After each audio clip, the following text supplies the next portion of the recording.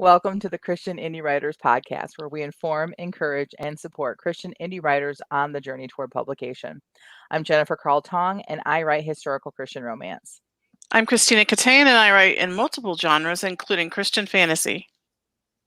I'm Jamie Hirschberger, and I write short fiction under the pen name J.R. Nichols. I'm Rhonda Hagerman, and I write fiction and nonfiction under the pen name Dee Dee Bowman. Thank you so much for everyone tuning in. We have some live people already in our chat. Good morning. Hello to Piper out there. We got a wave and a hi from Gigi. Good morning, Gigi. Well, we'd like to thank everyone who's tuning in with us live, but we also like to thank everybody who also tunes into us via our podcast through Apple Podcasts, Google Podcasts, Spotify, everywhere that podcasts are available. And we really appreciate all of you for listening. YouTubers, if you like what we do, please like and subscribe. You can also go over to our website and subscribe to our newsletter, which will ensure you never miss a single episode of the Christian Indie Writers Podcast. Also, if you're on Apple Podcasts or any of the other ones, you can like and subscribe us there too. That really helps us out. And we appreciate it. We're everywhere. We are. You can't get rid of us. All right. We like to start each of our episodes with a thing we call our What's Up. It is where we take time to check in with each other to see what's going on with our personal lives and professional lives sometimes too. So I'm going to start with you, Jamie. What is up with you? Oh my goodness. So I am someone who's really big into purging, and I've been going through a lot of my personal effects and just, you know how you have the junk drawer? Well, I've had several boxes. It's like my house is feeling a little cluttered, so I just put everything kind of in a box. Mm-hmm. Well, I've been going through and just getting rid of why did I keep this? Why did I keep this? Something I thought someday might be important. But my mother had stored away all kinds of childhood memories and mementos, and I had never opened that box since she gave it to me when I was still in Michigan, and we dragged it down here. And in there was a picture of little Jamie Nichols from Vacation Bible School in 1977.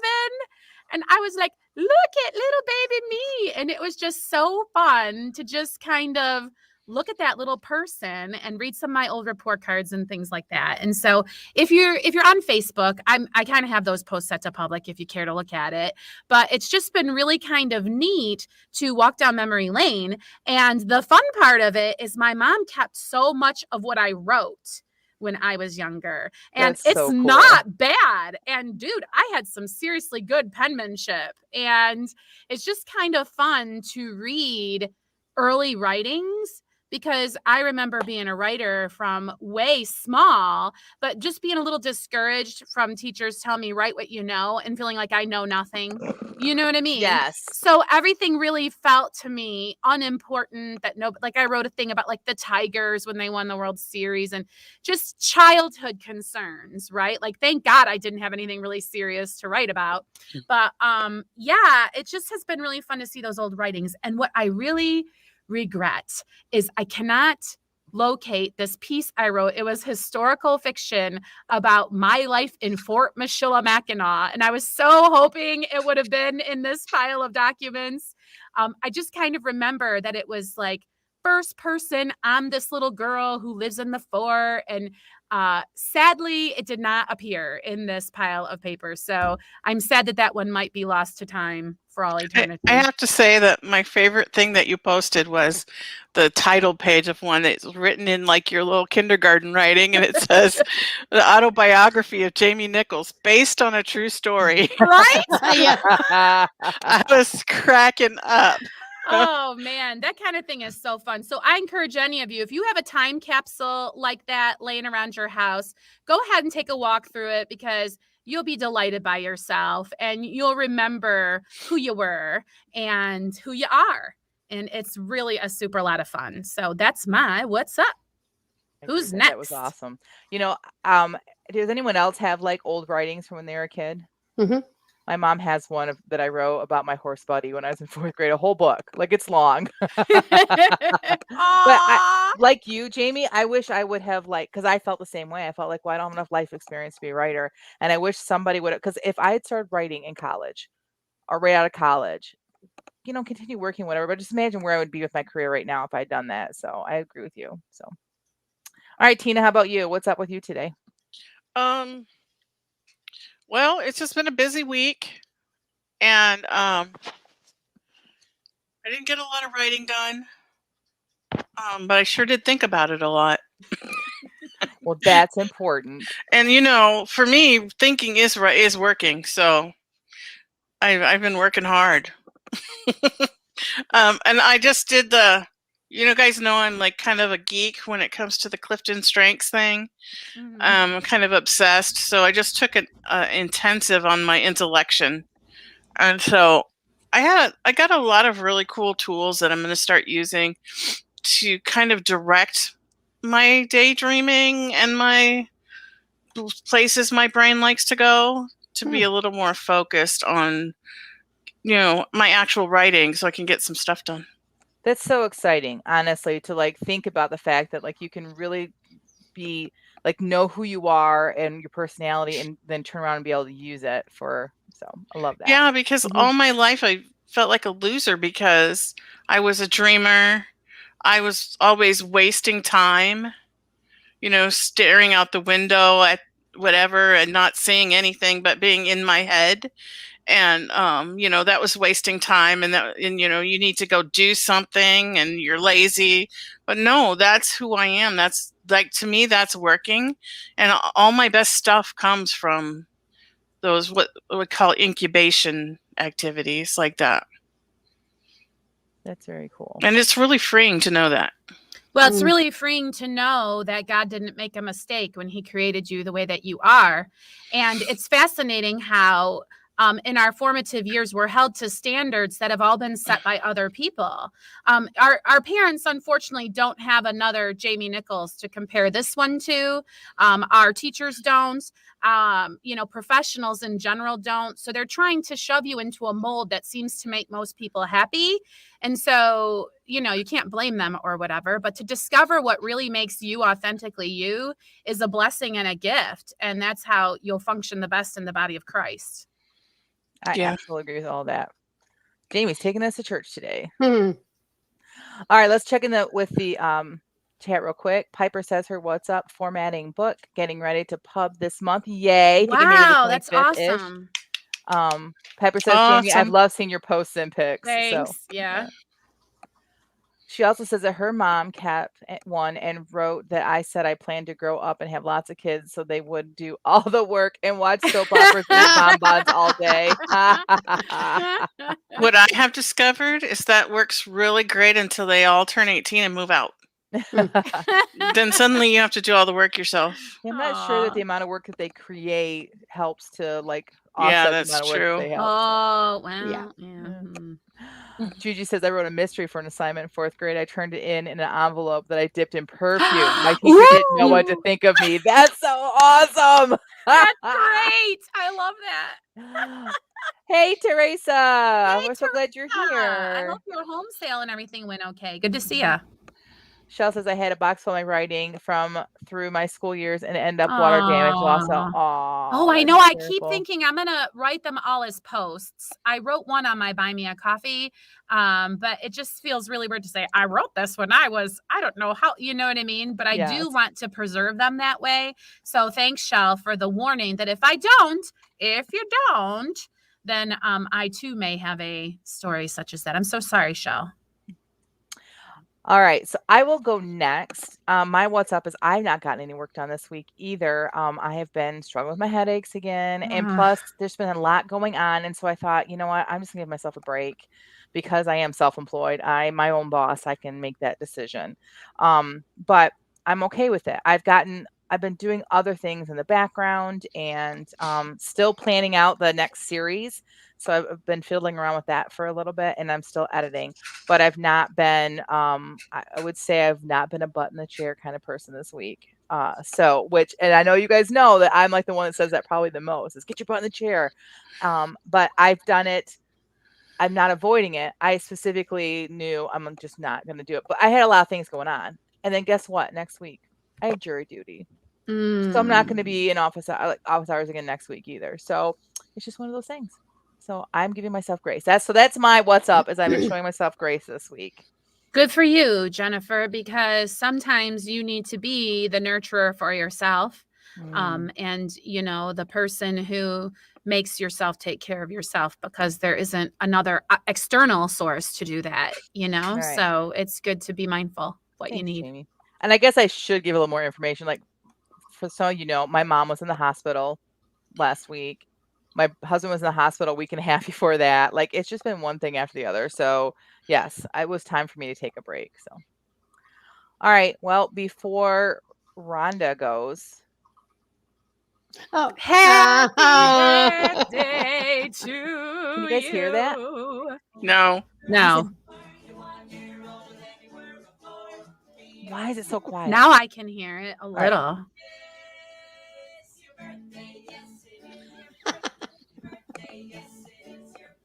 Her reaction in the picture looks like her reaction to the song.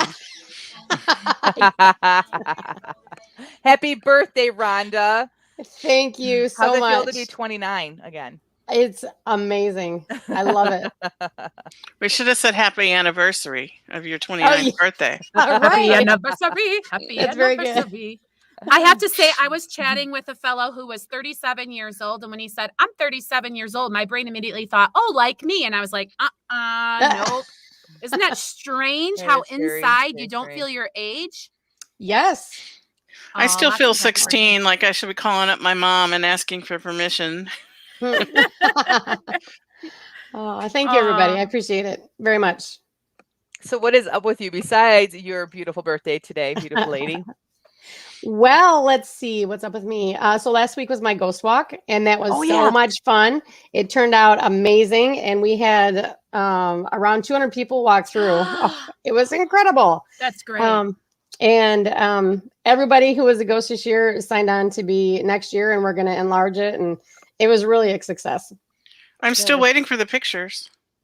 Oh, yeah. I'm sorry. Yes, I will get those to you. Sorry. I never asked for them, but I'm waiting for them. Oh, well, Jamie did. So she's asking for everybody. So the ghost walk was last week. I've been trying to do office hours while trying to work on a house, and I've been fairly successful. My habits were better last week than they were this week, but yeah. I'm starting to get a place. Well, I won't talk about it too much because I'll talk about it later, but I'm starting to get a place that feels really comfortable to do my work in. And so awesome. At the new house? Yes. Awesome. Yeah, because Rhonda, what people may not realize is in Michigan, you get maybe 3 months to get it done. And all that stuff you normally would be doing in your garden, you've got to do now to get your house ready for Old Man Winter, who's just around the corner now for y'all up there, right? Yep. Yeah. That's right. Yeah, our neighbor's tree started turning this last week. Already. And then I walked into Marshall's and all of the pumpkin flavored coffee flavorings were there. And I'm like, that's it. I'm pulling out my fall decorations. September 1st, though, for me, it's on. All the fall decorations come out, like all the pumpkins and I'm ahead of the game because my scarecrow is still on the front porch from last year. Oh.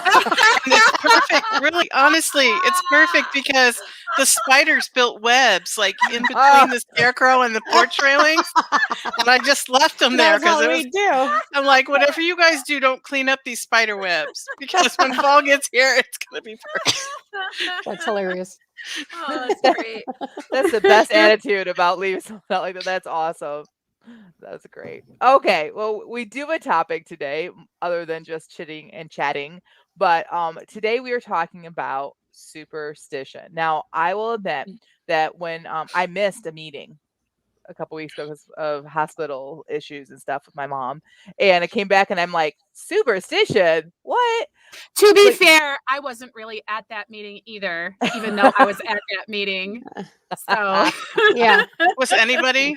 No, I think we were all just pretending to have our act together that day. Yeah. I think we were talking about my birthday or something, and it was Friday the 13th. Oh, today's Friday the 13th. That's how the whole thing came up. So, all right. So we got talking about it when we were actually planning it this last week, and I was saying that superstition when I was growing up was a big deal in the church.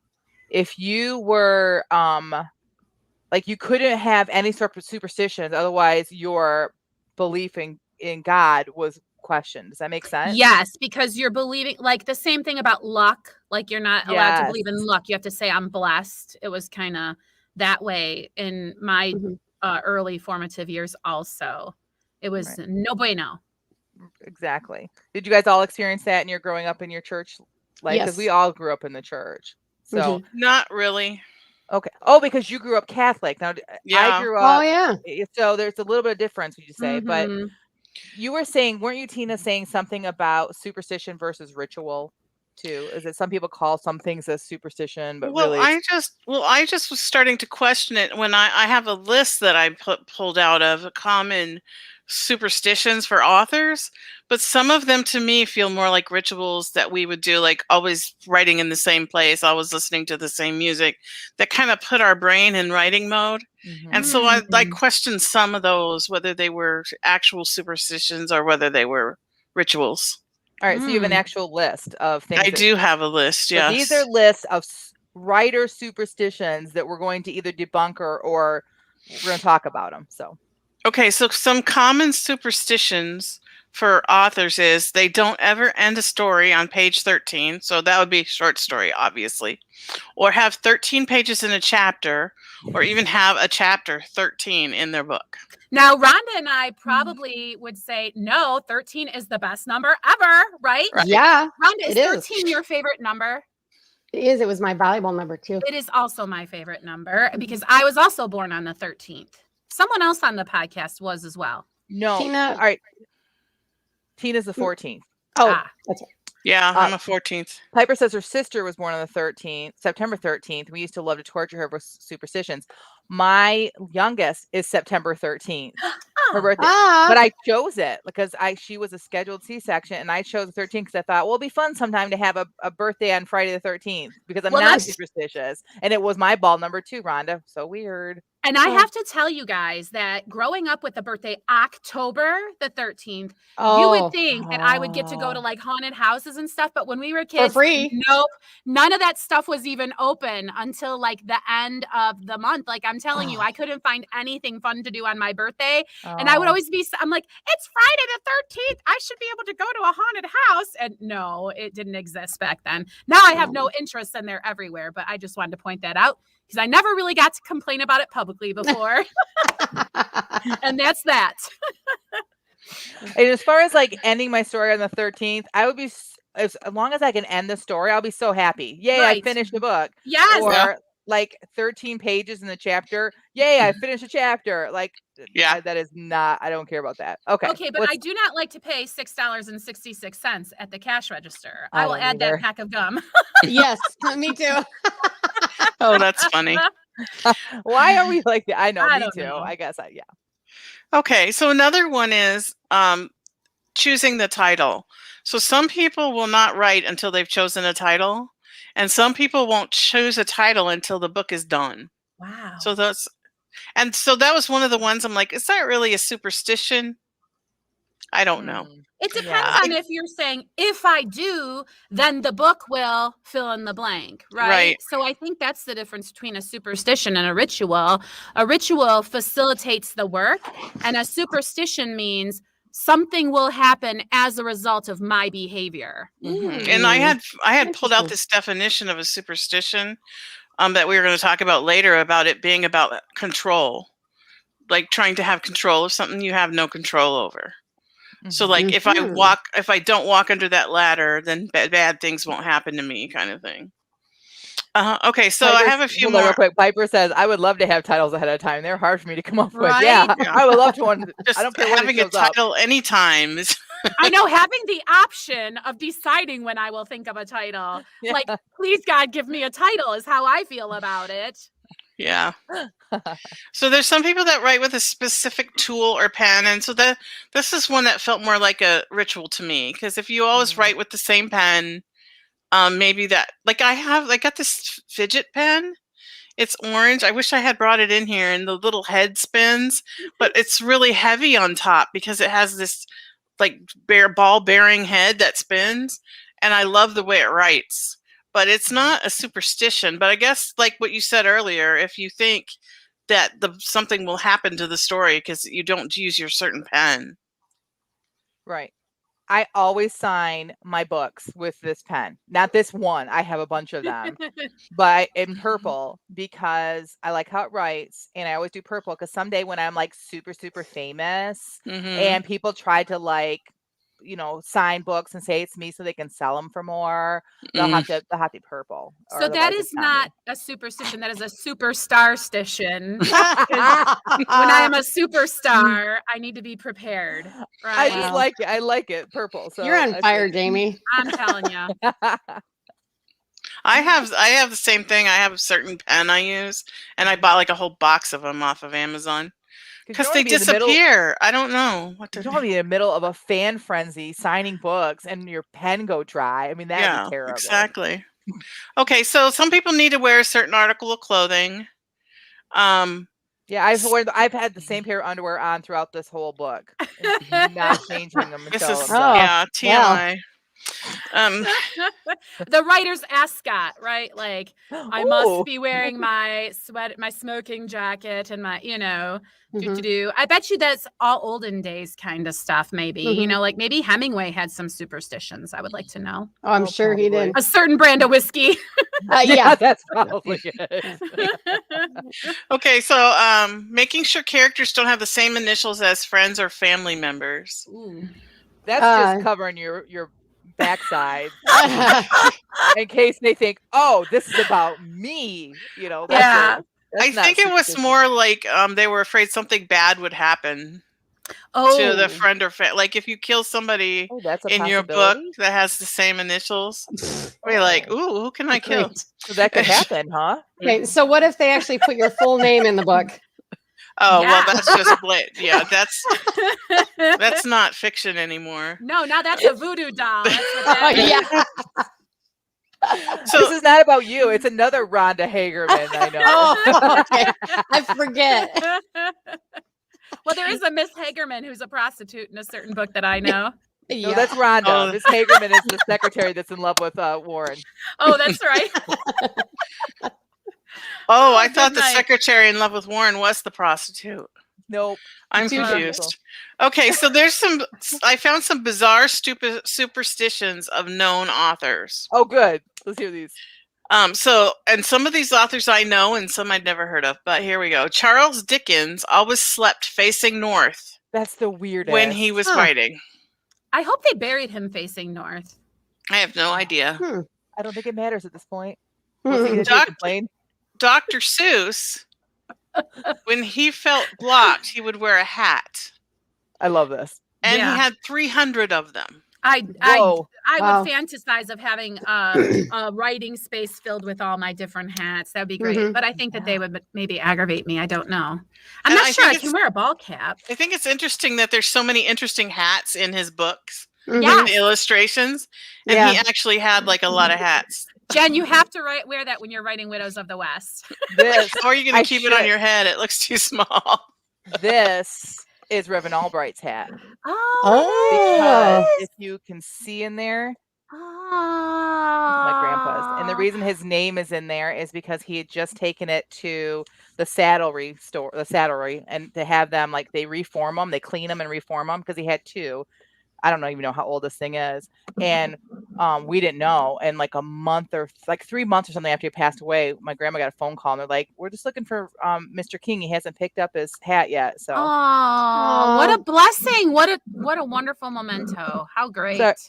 So okay, go ahead. Continue. You need to get your own cowboy hat. That is so cute. That is very cute look. Yes.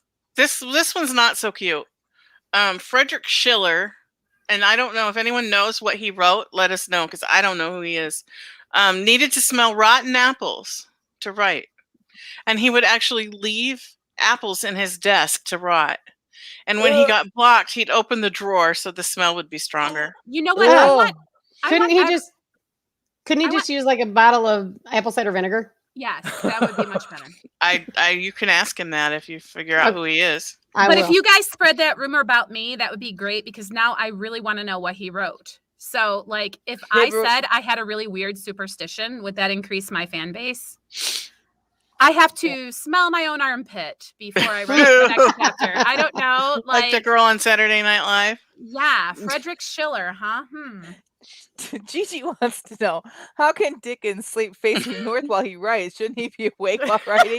Maybe that was a secret. It wasn't while he writes. He's just a writer, an author, and like his superstition was to sleep facing when he north. was actively in the times that he was actively writing, he would sleep facing north. I think when he was taking time off, I don't know what direction he faced, but that's what the article said.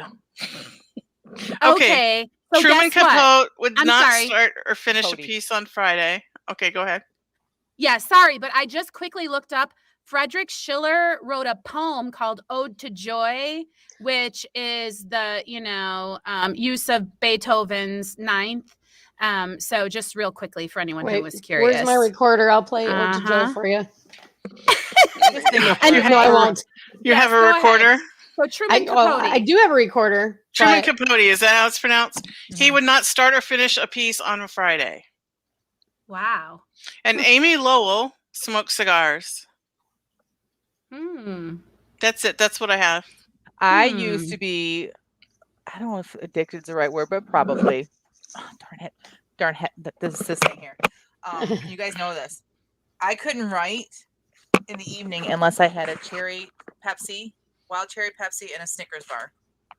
Now, I remember that. Keto, that's no longer a thing. So it took me a while, but it was like I'd get that cherry Pepsi and a Snickers, and all of a sudden it would activate something in my brain just because it was a habit, right? So that's it was all the sugar going into your brain, and your brain was like, "Hee, let's write something." 130,000 words that don't make sense. That's that part of my life right there. Oh, that's funny what Maria said. Didn't you know British authors don't sleep? That's why we all had the ghost visit at night. We had all the ghost visit at night. That's great. Shell says, I do the cigar thing, but not as a superstition. I can write without them, LOL. All right. That was super. All right. So that was really fun and interesting and all that. But let me see where we're here. So you had another quote, Tina, too. Did you say that? Right. Already? I said that a little bit earlier, but it's that superstition helps us feel like we can control events and make the world seem less chaotic. Right. So for those of us that really do have maybe some superstitions, I'm not going to pay a bill that's $6.66. I'm going to throw a pack of gum in there. Am I really keeping evil away from me when I do that? No. Because I can't control evil. I can't keep evil away from me. But I'm going to throw that pack of gum in because it gives me some sort of sense that I have some sort of power over it, right? So that's really kind of the root of superstition. So that maybe helps us to decide the difference between a superstition and really just a habit or ritual. Or ritual. And saying bless you started as when someone sneezes, saying bless you started as a superstition. Yeah, they believed that the act of sneezing could allow evil spirits to somehow get in, and so they would say "bless you" to counteract it. Yeah, I think know it was, believers that won't say that. They just won't. Which I think it's a habit now. I mean, it's a cultural thing now. But sorry, Rhonda, go ahead. I was just gonna say, and some people just a little bit different. They think you're sneezing out the spirit, and if you bless them, it can't get back in. Yeah, your soul leaves your body when you sneeze. And if you don't say, God bless you, it will forever roam. I don't know. Is that maybe an Irish thing, Rhonda? That gives me a story. I suddenly have story ideas that I need to write down. Yes. All right. So we all four of us have some rituals that we do. So we're going to talk about the rituals we do that some people might look at as if it is a superstition, but really it's more of a ritual for us. So who wants to go first? I guess I'll talk about the fact that I really like to listen to music. It's more the podcast rituals that I have. I like to sing songs and move my body and brush my hair and sort of prepare for the podcast, which it's not in any kind of an order, so it doesn't feel as ritualistic as it would if I had to. First, I brush my hair, then I listen to music. But I do have kind of a pattern and a routine that I follow before the podcast that I feel kind of gets me into like go mode. So that's what I would say, because I don't have particular writing rituals, I don't think. I've tried to think of them, but I tend to be a rather chaotic individual in the first place. And so I just take the writing when I can get it. What about you, Rhonda? The only ritual I really have is that there's certain things I need to do in order. Like, for instance, this isn't specifically the order, but say when I turn my computer on, I'll need to check my email, make sure there's nothing urgent. And then I have to open up Google and get certain pages open. And I just have to have everything all lined up in front of me before I can get started. So I know I'm not missing anything. It's really, yeah, I think it's a process thing, Rhonda. I think you and I both have similar, we know certain processes have to happen to get us from A to B. And we're just mindful of what those things are. Yeah. I think I'm just, don't mean to speak for you, but. You're right.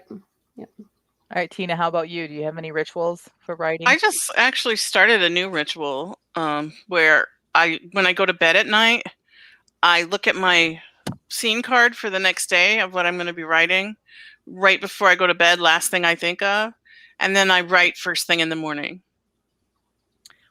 You know, that's good. I've tried starting to do that too, because it really does make a difference for me as well. And you guys all know my ritual of the, I had it back here and moved it, of my isolation booth. I always put it out in front, like, even if I'm not going to look at it, having it in front of me kind of like gives me in the mode that, okay, I'm physically in a place that I'm to write right now. Coffee, I know I make jokes about coffee, but it is one of those things that, like, when I'm drinking it, my body's like, okay, it's writing time, because I don't drink coffee throughout the day. I only do it in the morning when I'm writing. I show up I try to write at the same time every day. I do, since I don't do the Pepsi and the Snickers anymore, I do now Cherry Coke Zero is my addict thing, which I gotta stop it. I drink way too much of it, and it's just not good for me. And then if you're sugar free and you don't know about these things, I'm just gonna get you addicted right now. They're like Snickers for sugar free people. They are like so good. They also have peanut butter cups and like the Mounds, the Mounds coconut and good. Chocolate. I don't like the peanut butter cups as well, but if you haven't tried them before, try one. Yeah. Yes, because they have stevia in them, and then your body may not be ready for stevia. Be near the toilet if you eat more than one. So they're self-limiting, you're saying. I like how we all dance around it, and she's like, toilet. Might as well just say it. Our chat is full of some awesome gold today. Everyone who's not participating should go through and read it. Agreed. Piper says, I use a certain playlist, study violin piano covers on Spotify for writing. There's one in particular that I started off with years ago, our first retreat. And when I'm really like serious and I'm sitting down especially if I'm going to do like a long haul of writing, I go back to that one. Me you know too. which one it is, Jamie. Yes, I go back do. to that one. And it makes a difference. It has the binaural beats in it. It makes a huge difference for me. Yes. And I'm not sure anymore if it's just the way that makes me feel, or if there is anything to that song but yeah, that song will really put me in the time to writing sprint, specifically NaNoWriMo sprint mode is how that does for me. Yeah. Yeah. I don't use it when I do my live writing sprints on my channel because I feel like people might get bored of it, and plus the video is weird on it now. It's like, it's not good anymore, but the audio is still great. So that's kind of where I'm at. So. I've been listening to Cindy's playlist ever since she mentioned it the other day. And I think I might be hooked. Awesome. All right. So real quick, before we leave the topic, are there ways that we can use superstition in our writing? Well, yeah, I think it can be really important because, we just briefly glossed over the impact that superstition has on like your faith community and how there is possibly tension there or not. So if you're writing a character with any depth, the character lives in a community, and in that community, the ideal of superstition exists or doesn't. And that is one area for you to explore as far as, well, then what kind of a person is your character and how do they react to this culture of great superstition or no superstition? It's definitely going to influence your personality to grow up in a community that has superstition very entrenched in it. And very doable if you write Christian as well, Christian fiction, because Jeanette Oak does it. I can remember specifically reading her books. She has in One Calls the Heart, they settle into the northern parts of Canada with indigenous people all around them, and the indigenous people have all different kinds of superstitions. I'm also thinking about books like The Scarlet Letter. Like, there is so much superstition in there. It doesn't mean you have to make it as if the superstition is acceptable or that that it's Christ-like, but it can be there to make your story deeper, and you can have it show. It can show parts of the characters. The ones that are superstitious will show you like the different personality traits of them as well. So, I included in my book, I had something like that with there's the Athabascan culture that is in that area of Alaska, and I tried to take like Old Testament culture and Athabascan culture and modern American culture and kind of create a world from those three things. But in my book, my main character's mother has a necklace that is a jade eagle, and she tells her daughter that jade eagle helps her find her way when she's lost. So like little things like that, and it actually leads to my character's false belief that carries her through the whole book. So that's in my book. This one is just an example. Piper says, so to use it as a way of making your characters realistic. Absolutely. Or quirky. I like quirky. And quirky is more realistic too, right? You got to have some odd ducks. I mean, I could stand in my backyard and look at my neighbor's yards and I can tell you the different quirky personalities of each person. And if your book doesn't look like your backyard, if your book doesn't look like your neighborhood, then you probably need to spend a little bit more time like carving out your characters. And this is one way of doing it, is adding some superstitions to them. Yeah. I was trying to think of superstition in media. And the first thing that came to mind was, did anybody see Goonies? Oh, yeah. Okay. I cannot remember Sean Astin's character's name right now for some reason. But anyway, just that one time, he's trying to be such a big man and lead everybody. And he throws that little bit of salt over his shoulder at that one point, and it just shows that it showed so much of his character, that one little emotion. Yes, I totally agree. And it's bothering me that I can't think of his name either, as many times as I've seen that song or that show. And every time I think of it, I think of play the wrong note and we'll all be flat. Yes. That's such a great movie. So I went to watch it the other day, a couple years ago. And I was like, oh, I can't wait to show my kids this movie. They're going to love it. And I was like, no way am I letting my kids watch. How did we? Mikey! Yes, thank you. Yay, Shell. Way to go, Shell. For those of you not watching the chat, somebody just said the name Mikey in the chat. So. I'd also like to comment that Maria is my inspiration today. Zelda soundtrack, totally doing that today. Yeah, that's a great idea. Teresa says, I love that about your book, Tina. It made me think about how our world would be if we didn't have the New Testament. That's so awesome that you say that, because the whole book started because I was teaching the life of Moses in a Bible study, and God was giving him the law. And I had that very thought. What would the world be like if we didn't have the New Testament? And that's what sparked my whole idea for my book. So I love it when the readers get it. Yep. That's the best. Yep. All right, ladies, it's now time for us to move on in this podcast to our favorite part, the feeding of the backs. Yay! So this is a part where we share our writing. And here's how it works for us. Before the podcast starts, we take 15 minutes and we write using a prompt. We all have the same prompt. We all have 15 minutes. We do not stop. We do not edit. These are raw, unedited pieces that we share here. So the way that we do this feedback isn't like a normal critique group, because this is just for encouragement, because we're not looking for the problems. We know there are problems because we haven't done any work on it. We've just written it. So I'm going to go with Rhonda first. Rhonda, can you share with us what the prompt was this week, and then share your writing? Yes, I will. Okay. The prompt was, he poured rocks in the dungeon of his mind.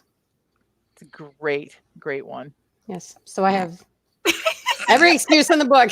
You're going to break your I arm, know. Jennifer. You got to quit reaching around behind you like that. I thought that Jennifer was really dwelling on these are unedited for like a reason.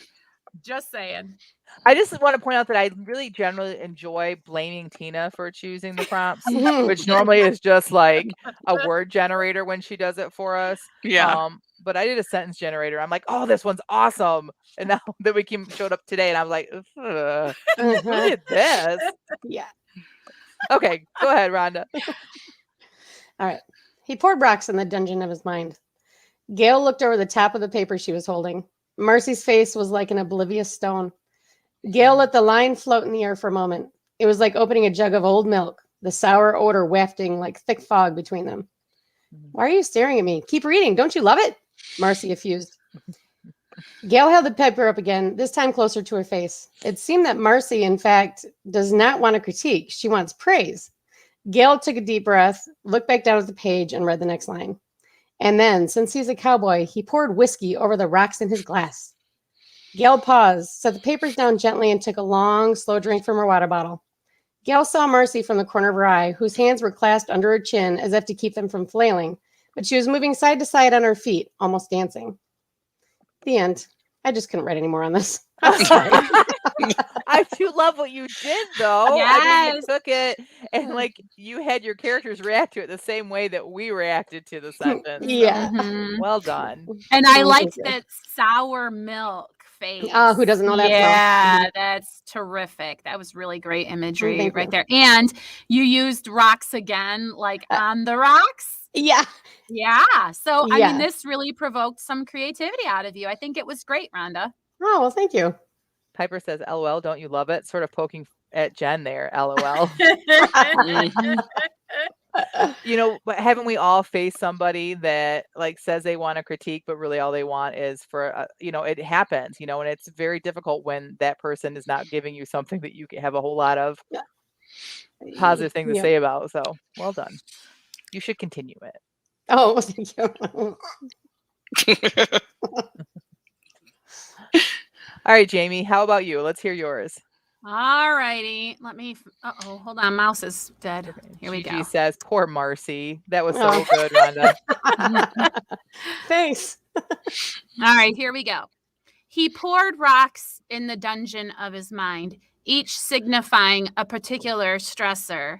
He gathered them together like dice in a Yahtzee game, putting them in an invisible cup, which he could almost feel as he closed his hand into a fist during dinners with friends or business meetings. His nails would press half circles into the meaty flesh of his palms as he mentally scooped up thoughts of a promotion or a raise, or what Betty would say when she found out he had requested neither. Into the cup went concerns about braces and future weddings and college education.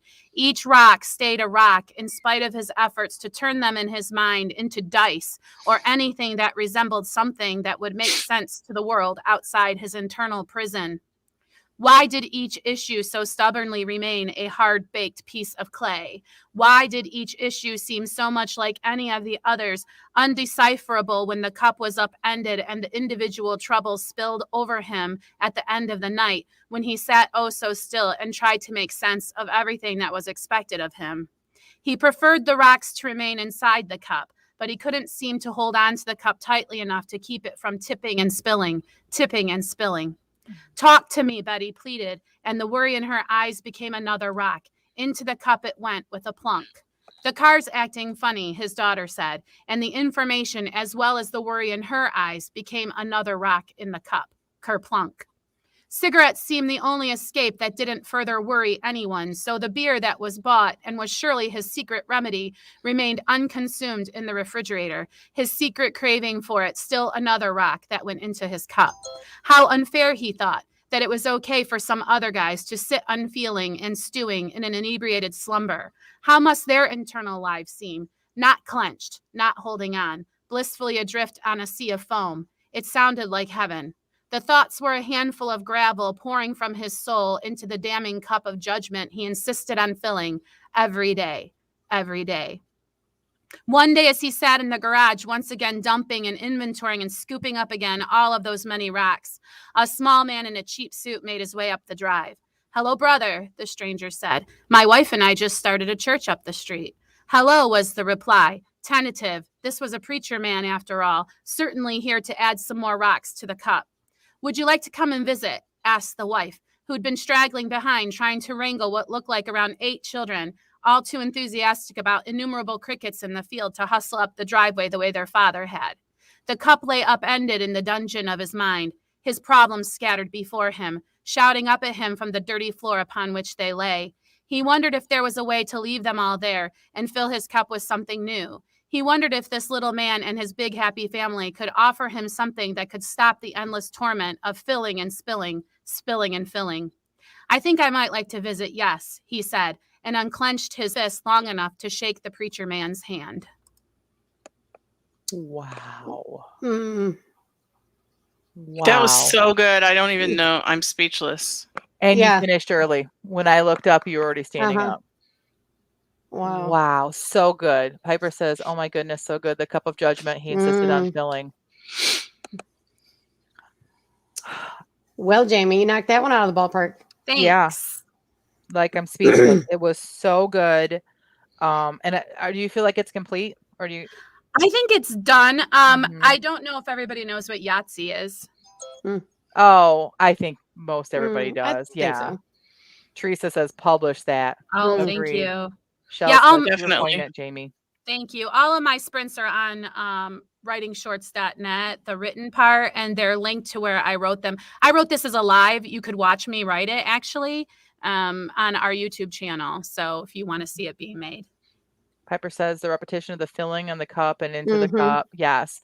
And like, not only was like a good word imagery and like you connected everything and kept with that sentence, but like, and kept using it like, but it felt real. Like it felt like, yeah, that's what it feels like.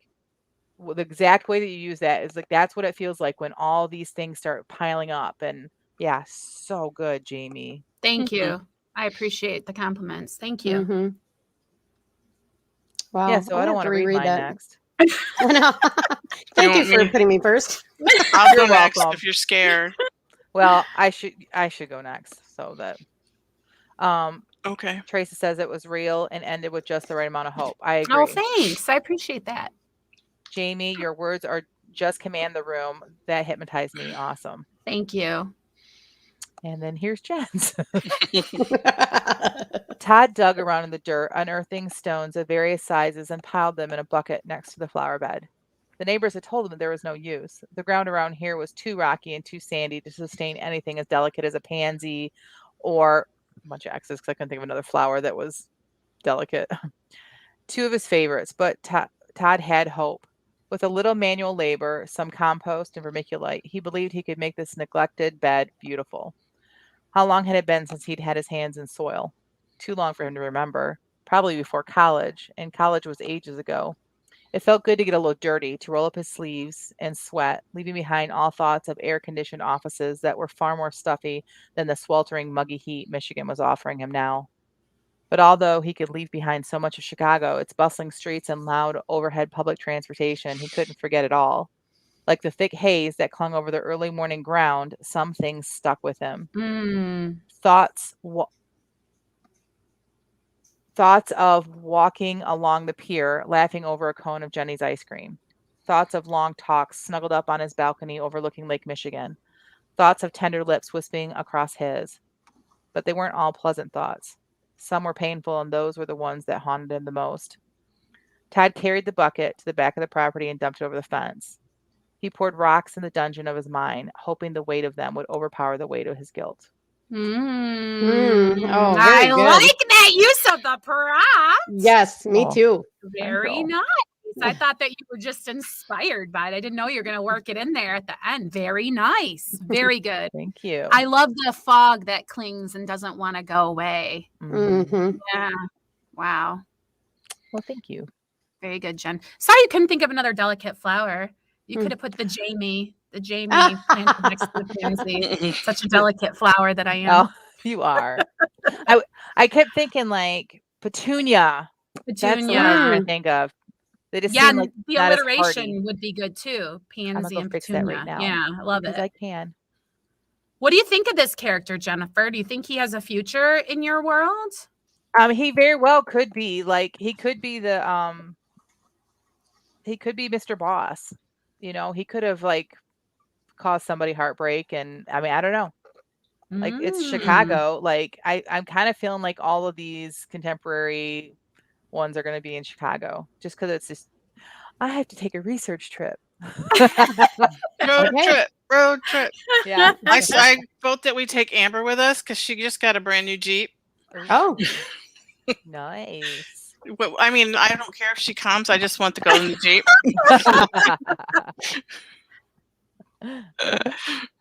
Gigi says, Jen, that was so good. I could feel the angst of your character, Todd. I want to know her. Oh, thank you. Yes.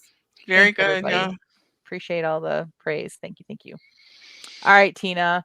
Without any further ado, we are ready to hear your work. Okay. This is an old character that some people might recognize, but I don't know if I got the name right because I couldn't remember what his name was. So I just made one up. So here we go. Tommy hid in the doghouse in the backyard. There was an old rusted chain laying in the dirt just outside, left there after whatever dog had been hooked to it was gone. He could see out through the tiny gap between the door frame and the scrap of carpet that hung from it. The part of the yard where anything had the tenacity to grow was overrun with tall weeds. Their white flowers spread out, creating a flat surface on the top, almost like a table. Tommy imagined a family of bumblebees gathering around the table for dinner, putting on their bibs and sucking up the nectar. The bare spots were filled with junk, old tires, car parts, an engine, rusted bikes with missing wheels, a yellow Tonka dump truck with most of its paint gone. His friend Jimmy stood on the screened-in back porch, his back pressing against the screen material. Tommy kept expecting it to tear and Jimmy to tumble out the window into the weeds below. Jimmy's father was standing in front of him, his face in Jimmy's face, the collar of Jimmy's shirt bunched in his fist. Tommy couldn't hear what was being said, or at least he wasn't listening. He focused his gaze on a dragonfly buzzing near an old white wash basin where rainwater had collected. Its iridescent wings flashed in the sunlight.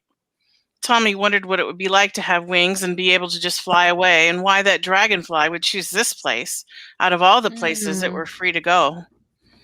And that boy has to go, Tommy heard that loud and clear. He scooted back into the corner of the doghouse. He closed his eyes to block out the little bit of light filtering into his hiding place. Suddenly, he was back in the basement, hidden away behind the false wall, left alone with his dark imagination. Spiders crawled unseen through pipes and cracks, able to smell the blood racing in his veins, hunting him in the darkness.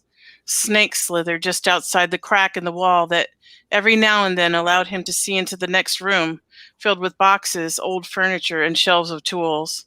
Then the monster would come down the basement stairs. I remember this me story, too. Bambina. yeah, Mm-hmm. me too. You Your really description captured was great absolutely. of that yard. Beautiful. Are you particularly working on description right now? No. Tina's always amazing with description. I'm telling Agreed. you, it's like she's the tabletop of flowers and the child, or I'm not sure how old he is in this piece. Mhm. Imagining the bumblebees with the bibs just was Yeah. like, it made Mhm. you feel like what amazing potential in this little Mhm. child. And then to hear that he's struggling so badly with something so terrifying is just gutting, you know? Mhm. And her description, when she talked about the dragonfly, why would he come into this yard? Yes. That just shows his state of mind too. When he could go anywhere, here he is. Wow. Mhm. Yeah. Mhm. Thanks. So good. Do you Piper think you're says, gonna, wow. do you think that you're going to get back to this story? I think probably eventually. It's hard to write Yes. because it's a very damaged person. Mhm. And I started writing it in first person. And so it sometimes I just have to put it away. You feel Yeah. vulnerable when you write this character, right? Yes, it's Yeah. very raw. But so this time though, you didn't write it in first person. So No, I maybe didn't. it might be better for you and the story maybe if you don't write it in first person. I've been know. thinking that. I've been thinking I don't think that I'm capable, like for my mental health, Mm, to write a whole book in first person from this character's point of yeah. view. Good. Shell says, wow, Tina, brilliant description. Captured the emotions so well. Gigi says, Tina, that was powerful. And the dragonfly. Wow. The spiders hunting his blood. Mhm. Piper agrees. She says, I think first person is hard, especially when I agree, especially when it's going to be something that's emotionally just devastating, like this story is. But Bless you, Rhonda. Thank Touch you. I was your waiting soul for someone to before it bless gets me. away. I appreciate it. She muted for a sneeze. I happened to see her. I missed it. I knew I could count on you, Jamie. Thanks. Yeah. all right. Well, if you are listening to this or watching this and you did this print, we would love for you to go ahead and tag us in it on social media. We'd love to see what you did. We'd love to share it with the rest of our audience. If you have missed any of our previous sprints, you can start finding them on our website, some of them. If you don't already subscribe to our newsletter, go on over to christianindywriters.net and do so, because we're going to be every week sharing one of our sprints on there. So love to have you guys join us. Yes. So if you miss an episode, you'll get a handy dandy email that will let you know what our sprint was the week before. And one of our beautiful pieces will be in there for you to read with your little eyeballs. Typos and all. Yes. Typos and all. Mm-hmm. All right. So just like we start every episode with our what's up, we end every episode with our what's next. So we're going to go take another trip around the table here and ask what is next for our professional lives. So we're going to go in the same order. Rhonda, what's next for you? Well, what's next is I just took on a little editing gig. So I'll be doing that every day for the next 2 weeks. And I've decided that my office hours are always going to be at the new place from now on because it's really comfortable there. So now that I've made that choice, it should not be a problem for me to make it. So that's enough for me. Awesome. Great. How about you, Jamie? What's next? Well, I am going to continue office hours for 10 to 12, even though I haven't been really writing during my office hours lately. I've needed that time to take care of some actual like life stuff. But I have decided to preserve 10 to 12 for writing because I'm looking to get a job that actually makes me some money with some of the rest of my time. So I'm going to feel very like this is the time to do my writing career from 10 to 12. And now it's just a matter of how am I going to spend that time? So I need to do another sort of mental rundown of my business plan. I mean, my book is finished and, being edited and things like that. And I'm starting to wonder if I want to maybe do Pitch Madness because it's coming up at the beginning of September. Maybe I want to get an agent for this book. I don't know what to do. Like, I literally do not know what to do with this book. And so I don't know. I'm kind of just being patient. I'm really exercising my patience muscle. And with the 10 to 12, I'm going to be editing my book 3 for my sci-fi series, because if I can get books 3 and 4 done, that's great. Because now I've got like a series and that's so important or whatever. And plus they're there and need to be edited. And then I've got lots of things that I could be doing with that time.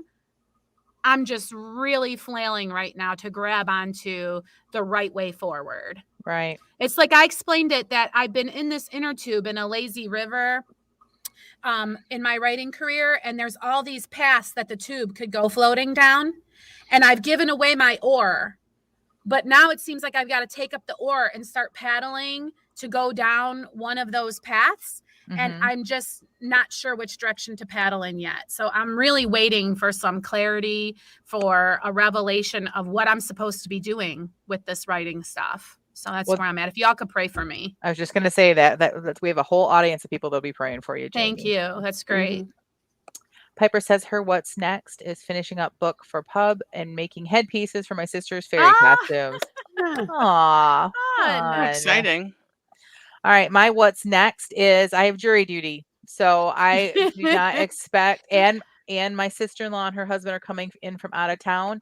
So all next week at some point. So I will not be in the podcast next week because of that, and I will not be in office hours. So my what's next, let's skip to the next week. My plan is the next week to get back into a good schedule because I got homeschooling coming up here pretty quick. We are going to start the Tuesday after Labor Day, kind of get back into our routine for homeschooling. So I got to get my writing schedule. Of course, then again, that's going to make everything else kind of like go up in the air too when you start because we don't, you just never know. So, So you're not busy at all, is what you're saying. not at all. Gigi says prayers for you, Jamie. Thanks, So. Gigi. All right, Tina, what's next for you? Well, I'm going to try to implement this thing that I've been doing. I'm going to see if I can show you. Like, I don't know if you can see this, I'm gonna try to but make I put on my wall. Can see the flow chart. Mhm. It's a decision tree, and it says, should I write or do I need to think more? And so I have this decision tree. Like, can I see what is next? Yes, right. Can I see part of the scene? Yes. Can I write that part of the scene? Yes, then write. Can I write about writing? So can I journal about what I see? Yes, then write. And then if any answers, if no takes me over to, is my intellection loop just repeating the same stuff over and over again? Yes, then I need more learning, input, or context. No, then I need to do an incubation activity. So I need to make a list of incubation activities that I What would can that be? do. What's an example of that? Good question. Get yourself a all heating right. light, a heating lamp, Yeah, and some eggs. And a rocks. I've got rocks. And this is just a certainty scale. Like, how certain am I of my answers?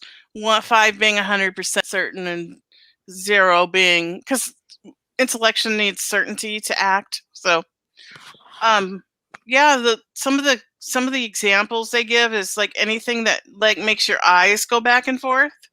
So driving, doing the dishes, because there's something about your eyes moving back and forth that triggers the subconscious mind.